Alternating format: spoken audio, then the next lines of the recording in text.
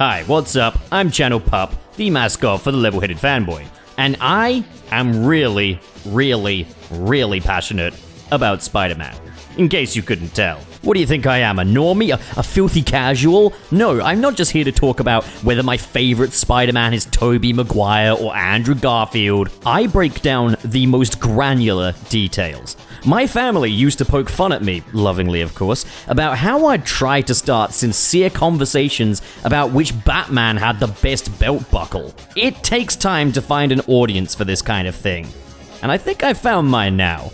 And, just wanted to say, I love that you guys give me an outlet for me to get really anal about little details like this in particular.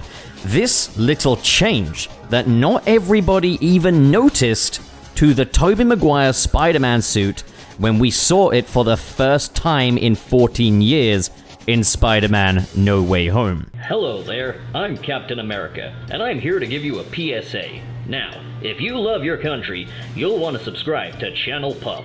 If you don't love your country, well, that's just too bad. But you can still subscribe anyway. Commies welcome. And of course, actually, we'll talk about that. But of course, nothing comes free in this country, except for freedom.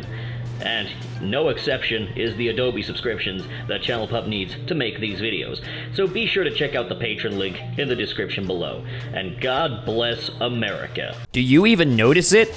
Why does it even matter, you might be wondering? Well, growing up in the 2000s, there was nothing, and I mean nothing cooler than Spider-Man's costume. Namely, the one worn by Tobey Maguire in the Sam Raimi Spider-Man trilogy. It was immediately recognizable as Spider-Man, as everything we'd associate with the character was all present here. The red and blue color scheme, the eyelets, the cobweb patterns, the spiders on the front and back. But it was like that classic Spider-Man suit had been placed under a beam of pure movie magic. It was shinier, it was textured, the webs now shimmer in the light, the eyes, they look mean. Technological looking brick patterns covering the red and blue sections. This was a Spider-Man suit fit for the red carpet.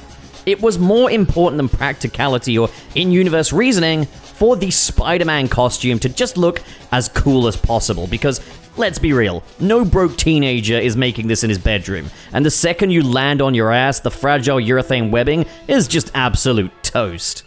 The face of this Spider-Man was everywhere in the 2000s. Candy bars, cereal boxes, you name it. It was iconic, unmistakable, and today, maybe even more so. I see those silver webs and pointy gray eyes, and I immediately know that's Sam Raimi's Spider-Man. That's that version of the character. Now, to me, the mask is the first thing I associate with a version of Spider-Man. Yes, even more so than the actor who wears it. It tells us a little bit about this Spider-Man. Tobey Maguire, he's got the glitz and the glam as Spider-Man. He's the main event. He's the world's only superhero. And he wears a mask that glistens in the sunlight. But this man is also serious business. Sure, he may crack the occasional wise, but he's going to take you down first. Look at Andrew Garfield's first mask, and I see something makeshift, something with a slightly harder edge to it, something a little darker, maybe a bit incomplete. Then move over to his second mask, and it's refined. It has these big friendly eyes, everything very curved, like he's this approachable public figure. Then, of course, we have the Tom Holland masks, which are much simpler. The thinner, spaced-out webbing just screams youth, and the texturing feels like a contemporary sporty material. The lenses are shuttered, and they scream that this is a more technological Spider-Man, but at the same time, the face is a very friendly and youthful one. The face underneath is the actor. The face underneath that mask is Tobey Maguire, or Andrew Garfield, or Tom Holland. But the mask is Spider-Man, and aside from just being a downright gorgeous design, that's what makes it so special. Tobey Maguire is the Spider-Man I grew up with. Spider-Man 2 is my all-time favorite superhero film. It means so much to me that at the centerpiece of my memorabilia display, I'm going to stick this Spider-Man replica mask I got off of Etsy onto a mannequin head as though Spider-Man is watching over me as I work. This thing is absolutely perfect. This mask means so much to me, and to be able to hold it in my hands, heck, to be able to wear it myself, feels like I own the mask of the Spider-Man that was simply a part of my reality back when I was younger. Spider-Man is my hero. So it was kind of the worst kept secret that Tobey Maguire and Andrew Garfield would be returning alongside their enemies for Spider-Man No Way Home, marking 14 years since we last saw Tobey Maguire's Spider-Man on screen. This was the Spider-Man I grew up with. And yes, like everyone else, I was excited to see Tobey Maguire back again as Peter Parker. But perhaps even more than that, I was excited to see him back in the red and blue, back in the mask. And while I was relieved that they hadn't completely redesigned his costume, something was off. Something about it had definitely changed. It struck me immediately that this just wasn't quite right. Now, okay, the overall bodysuit is pretty much a dead ringer with small changes here and there. Rather than cast urethane webbing pieces glued onto the suit, the webs instead appear to be screen printed, with a dark layer and a lighter layer from the looks of things. They're much thinner now, and the web lines are a bit straighter with less curvature on the horizontal threads. These webs are more akin to Spidey's webs on the Amazing Spider-Man 2 costume, and I think they've used the same procedure here. The reason for this? Well, it's likely a significantly easier process to screen print these things as opposed to manually gluing urethane pieces onto the suit, and it's probably a lot less fragile too. This comes at the expense of the depth of the webs that the original costume had, but considering this suit would only be used for the third act of Spider-Man No Way Home, as opposed to extensive use like in the original trilogy, and the entire scene it appears in being dark-lit, it did make some sense to scale back on the webs a little. I'm also going to take budget into account here too. This might be Marvel Studios, but look at it this way. Tom Holland wears two different types of practical suit in this film. Andrew gets a suit, and Tobey gets a suit.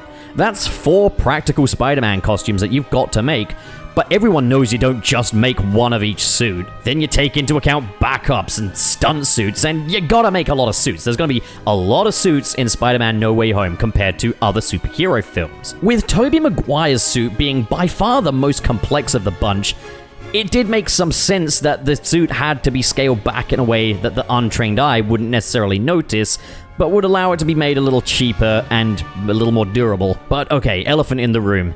The mask. We don't see much of Tobey Maguire's Spider-Man mask in this film, with the focus being more on the faces of the returning actors. But when we did catch a glimpse of it, my reaction was less the ecstasy of seeing this icon of my childhood return, more confusion. Because what have they done to it? Now remember, I do have a strong emotional connection to this design here, and my ADHD ass does notice very granular details, but did you notice that this mask is quite a bit different to how it looked in the original trilogy? Now, of course, yes, as I mentioned, the webbing has been significantly simplified, but let's take a closer look. The layout of the webs is completely different, as are the eyes. Now, I initially chalked this up to CGI. A practical mask was made, but I don't think it appears at all in this film. The reason being, it's a little known fact that Tobey Maguire suffers from claustrophobia, and given that Marvel Studios are no stranger to utilizing CGI doubles, the mask has been rendered in CGI this time to alleviate that. And hey, that's as good a reason as any. A practical mask was worn by the stunt operators, but there's no decent pictures of it. Surely though, the 3D modelers wouldn't get this wrong. The internet is packed to the brim with reference material from images to access to the 3D models from the Insomniac Spider-Man video game, which featured a pretty dead-on recreation of Tobey's mask.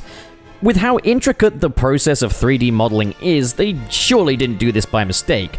And that's a question that's been nagging at me for a bit. Was this a mistake? I don't think a mistake so egregious as ballsing up the Spider-Man mask in a Spider-Man movie is really gonna slide in a 2021 released $200 million budgeted Spider-Man movie made in collaboration with the Walt Disney Corporation. And yet, there's a mix of promotional materials and concept arts that feature the original trilogy version of this design, while various action figures have adopted the new version. Annoyingly, there are no featurettes surrounding the design of the Spider-Man suits in Spider-Man No Way Home.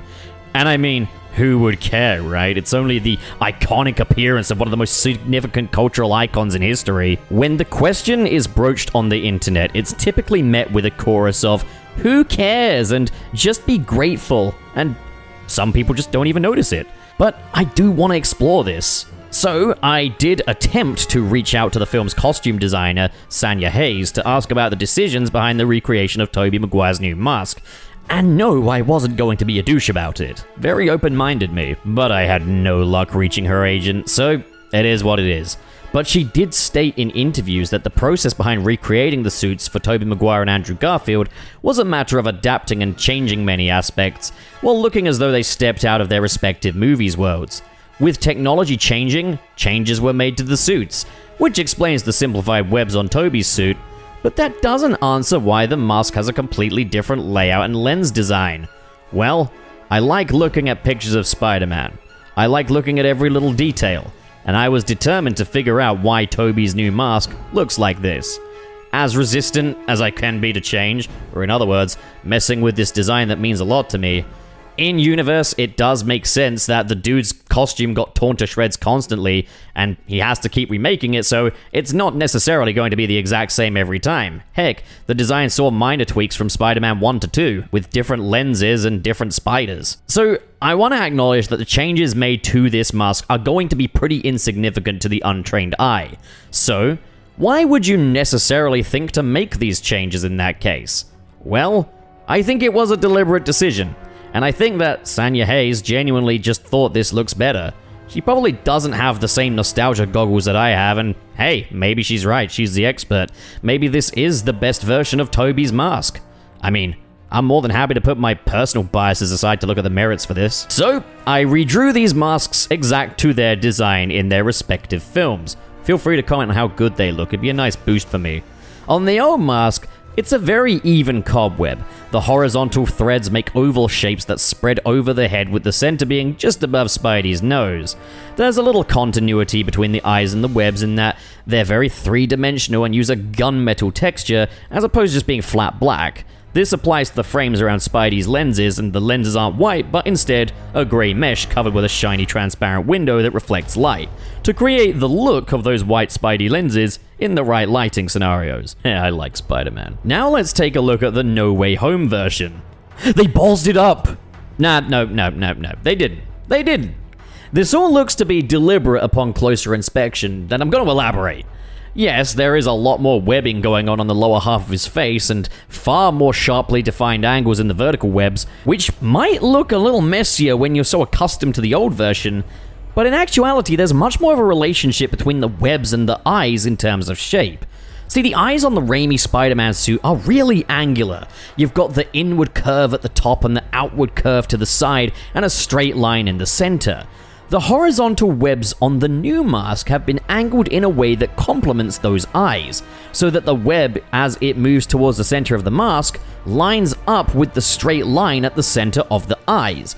Then there's the horizontal webs on the middle of the lower half, which are a lot less rounded now. They no longer droop, it's a lot tighter. So this has been done so that they now follow the outer curve of the eyelet frames. So as we follow the shape of the eyes, it flows into the webs almost seamlessly. To better frame this, an additional web line has been added to the centermost point. Now looking at the top half, this time the webs are a bit more spaced out. One of the web lines has been removed to offset the new web on the lower half. The mask would look a bit overpopulated with that there.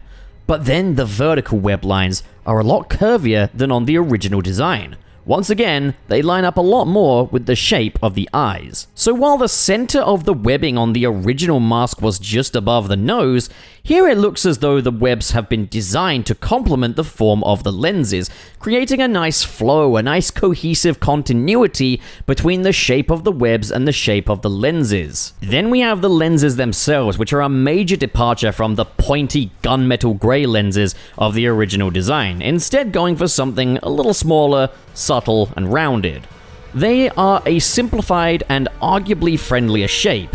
This may have been done because this is an older, more emotionally matured, mellowed out Peter, and perhaps these eyes have been made to just reflect that a little more. I mean, a major component of the original Sam Raimi Spider-Man trilogy was that being Spider-Man stunted Peter's emotional maturity, and in No Way Home, he's a lot more at peace with himself and Spider-Man. So perhaps these more calm-looking eyes with the rounded-off tips were made to reflect that. But okay, that's very much a theory. We'll move away from theory territory and analyze what they actually do for the design. If we put the larger, more ostentatious lenses from the old mask on here, they kind of eat up all of the webbing, what with the webbing now being thinner and flatter. So these smaller, more subtle lenses complement that a bit more. One could argue that the more rounded off corners as well make for a more refined look, as opposed to the very sharp corners that were on the original. As for the colors of those lenses, as mentioned earlier, we've got a departure from the grey, as this mask rocks a more traditional color scheme of black frames with white lenses, which are no longer as reflective, and it creates a much flatter and maybe cleaner look. And well, given that the webs are now flatter, I guess it just makes sense to do what's necessary to have the lenses follow suit, I guess. And yeah, in terms of the color, given how the webs now flow into the lenses, maybe they needed to stand out a bit more so to not make Spidey's face look like this mess of silver lines and shapes. It could also be that this scene takes place entirely in the dark, so they need to stand out a bit more. But I think above all else, they just wanted to go for something a bit more akin to classic Spidey. Now, I'm gonna be real, I don't think it's really necessary to try to make the Tobey Maguire Spider-Man look more akin to the classic. He's no longer the current Spider-Man. We don't need to try to make arguments to say that he's a definitive version. Why not just embrace all of the Raimi-isms that gave him his place in the overall timeline of Spider-Man history? I mean, in spite of the new techniques used to craft the webbing, the main bodysuit is pretty much identical. They haven't shied away from it looking like the Sam Raimi Spider-Man there, which in some ways maybe makes the mask a little more jarring. But okay, on a whole, it's a new variation of the same overall suit for Tobey Maguire's Spider-Man. Show me this without the context of it being in No Way Home, and it's still unmistakably the Raimi Spider-Man design, just a slightly altered iteration of it. Upon closer inspection and having to redraw this design myself, I think I definitely came away with a new appreciation for this rendition of the Tobey Maguire Spider-Man mask. And I guess I can understand why someone would make these changes as a deliberate decision. I think ultimately, I just appreciate the fact that they didn't deviate too much from the original look. They kept the silver webs, they kept the angular eyes, they kept the brick patterns.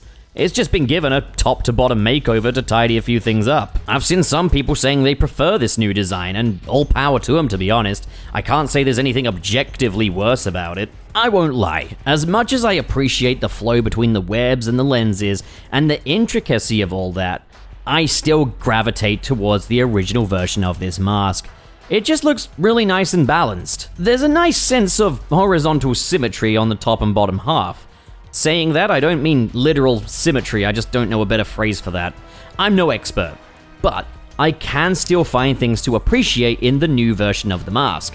And at the end of the day, we didn't just get this suit back. Sure, we could have had a one-to-one recreation, maybe I would have preferred that, but at the same time, we got to see this suit design evolve and change. Not just between Spider-Man 3 and Spider-Man No Way Home, but also, of course, Spider-Man 1 and 2. I like that each of these Sam Raimi Spider-Man costumes can kind of delineate what story they were in. When I see the larger lenses, the brighter shade of blue, and the square spiders, I know I'm looking at the 2002 version. When I see that rich, almost wine red with the almost black blue, and those mean-looking gunmetal lenses, as well as, of course, the slightly more ostentatious spider designs, I know I'm looking at the 2004 version of the suit. The 2007 version is a bit of an outlier in that it is pretty much just the same as the 2004, but you do have the black suit in that film. And yeah, when I see the flatter webs, the black and white lenses, and the unique webbing patterns on the mask, I know I'm looking at the No Way Home version of this design, which gives us just one more Raimi suit variation for us to appreciate. And I'll certainly take that over giving the suit a complete overhaul. So I guess I'm not only grateful that they didn't mess with the design too much,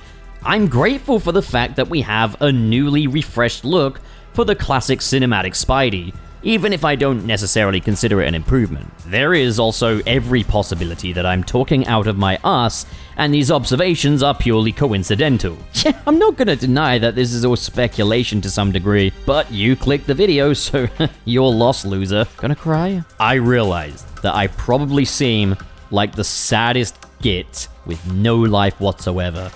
This is probably the half A press of Spider-Man videos. But hey, I'm doing what I love. I'm talking about Spider-Man. So this, to me, is an unadulterated victory. This is 100% the way I saw my life playing out as a kid. If you're a woman, please talk to me. So what do you think? Do you have a favorite iteration of Tobey's mask? Do you have a favorite version of the Spider-Man mask?